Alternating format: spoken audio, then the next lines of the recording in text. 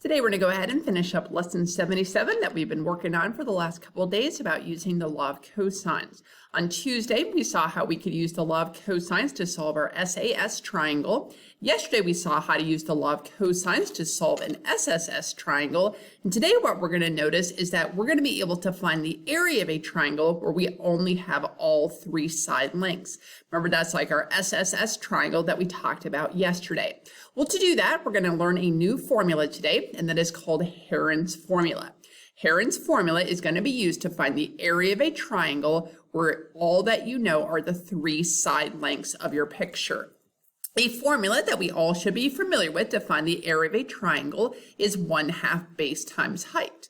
Well, we would have something very similar to like the base in these questions today, but we aren't going to have the height because the height would be the distance from the base going to the top vertex, and that would be on the inside of the triangle, and that's not one of the pieces that you're going to be given in the question. What are you given? The three side lengths. So how do we correctly find the area if that's all that we know in our question? Here is what Heron's formula says. It's going to be a square root that we're going to follow to help us find the area. So it's the square root, and the capital letter A stands for area at the beginning, not the angle, so don't be confused with what we did yesterday. So what we're doing here today, this is capital A for area. So the square root of S times, parenthesis, S minus A, times, in the second parenthesis, S minus B, times in the third parenthesis, S minus C. Now, those little letters A, B, and C, like we have seen the last couple of days, those are going to refer to the three side lengths that are given to you. So in each of the three parentheses, one of the side lengths is going to appear.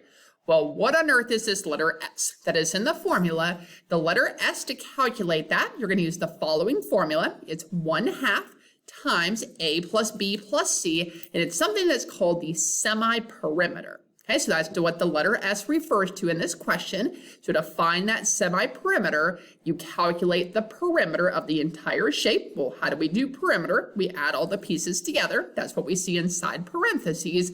And then semi-perimeter means like half of the perimeter. That's why I'm dividing by 2. That's why we're taking the 1/2 in the front. So the semi-perimeter is going to need to be the first step that you're going to do in each one of the questions today, since it's the number that starts the formula inside of the square root, and the S is inside of each of the parentheses with the three side lengths that you have. So again, to find the S, add up all of the sides that are given to you, and then divide by 2, take half of that entire perimeter, and then fill in the semi-perimeter and your three side lengths from the triangle, do the arithmetic, and that will allow you to find the area of the entire triangle. So let's work through 2 examples together of how to correctly use Heron's formula. Our job is to find the area of the triangle, and the directions want me to round to the nearest 10th. So just one number to the right of the decimal point in the question. I don't know the height of this triangle, and I don't even know which one they want me to specifically use for the base, so I need to use this idea of Heron's formula. As I just mentioned, the first piece that you have to find is going to be this new idea of the semi-perimeter. To find the semi-perimeter, we're adding all of the outside pieces, and then we're going to divide by 2. So the S in my question is going to be 1/2, and there's my 5.9 plus 14.4 plus 16.7 for the three sides. Parentheses come first in this formula, so when I added all those numbers together, I got 37, and then half of 37 is 18.5. So every time I see the letter S, which is 4 different times, every time I see the letter S in the formula, I'm going to replace it with the 18.5.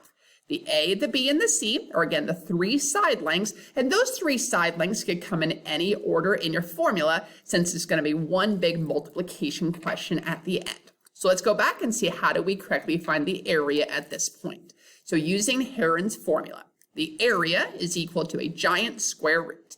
The first thing in the square root was S, which is our semi-perimeter that we just found to be 18.5. And then inside the first parenthesis was S minus A. So again, there's S, the semi-perimeter of 18.5 minus, and I picked one of my sides, 5.9. The second parenthesis was S minus B. Again, the S is the semi-perimeter, the 18.5, minus another side, the 14.4.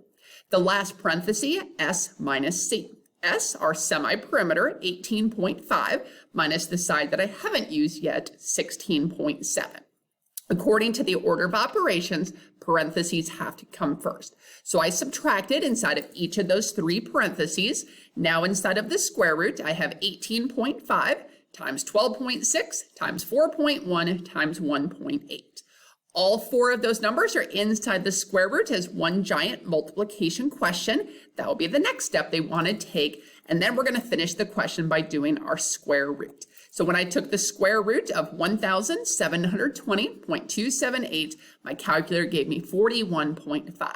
So the triangle that's given to us, it didn't have any specific measurements like meters or inches. So just the total area I have here is 41.5 some units squared, because area is always something squared.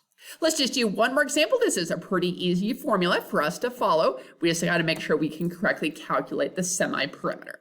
Again, our job is to find the area of the triangle, and we're going to follow the same directions. We're going to round to the nearest tenth. Can't use my basic formula as 1/2 base times height because we don't have the height and we can't easily find that in our question. So first step, we're going to find the semi-perimeter.